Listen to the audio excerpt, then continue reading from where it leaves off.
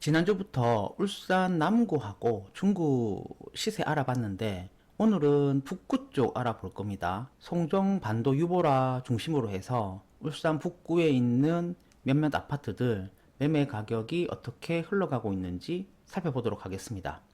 먼저 위치를 보시면 송정 반도 유보라는 빨간색 별표로 표시되어 있거든요. 주변에 있는 신축 아파트들이 많이 있고요. 시세가 전반적으로 같이 가긴 하는데 대표하는 아파트는 송정 반도 유보라로 꼽아도 크게 무리는 없을 것 같아요. 그리고 이 지역의 전반적인 시세를 정리하기 위해서 2014년 입주한 화봉 쌍용예가도 한번 시세를 비교해보고 그 다음에 아주 오래된 구축이죠. 벽산 늘푸른 아파트까지 해서 신축 구축 아파트들이 어떻게 시세가 흘러가고 있는지 정리해보도록 하겠습니다. 먼저 송정 반도 유보라만 떼서 시세를 그려보면 시세의 흐름이 최근에 반등한 모습을 보입니다. 2019년 입주를 했고 입주 시기부터 실거래 가격이 뜨기 시작하는데 그 시세 흐름이 2021년에 상당히 높게 7억 이상까지 기록을 했었고요. 23년 초에 조정을 거의 마무리하면서 거래량이 늘기 시작했고 최근 시세를 보시면 6억 중반까지 올라온 모습이에요. 그래서 평균 시세를 보면 2년 사이 한 1억 정도 오른 모습이고 최근에도 상승세를 이어갈 가능성을 보여주고 있습니다. 각 광역시별 시기열 자료를 보면 울산이 굉장히 좋은 편이거든요. 다른 광역시에 비해서 그런 모습이 실제 매매 거래 가격에서도 그대로 나타난다고 보시면 될 것 같아요.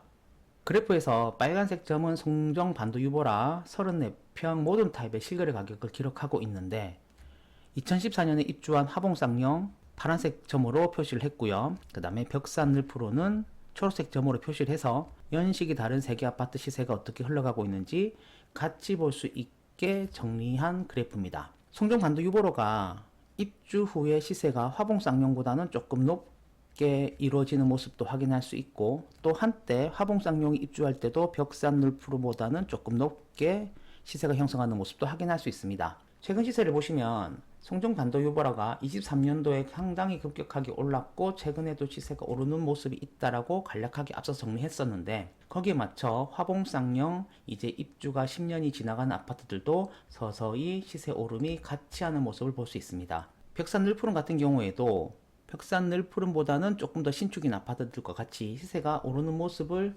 보이기는 해요. 마지막 한 건은 1층이라서 제외하시는 게 맞고요. 그리고 나면 2023년 최저가를 놓고 보면 그것보다는 조금 오른 거래들이 보이긴 합니다. 하지만 전반적으로 봤을 때 신축일수록 선호도가 강할수록 상승폭이 크다는 것도 확인할 수 있고요.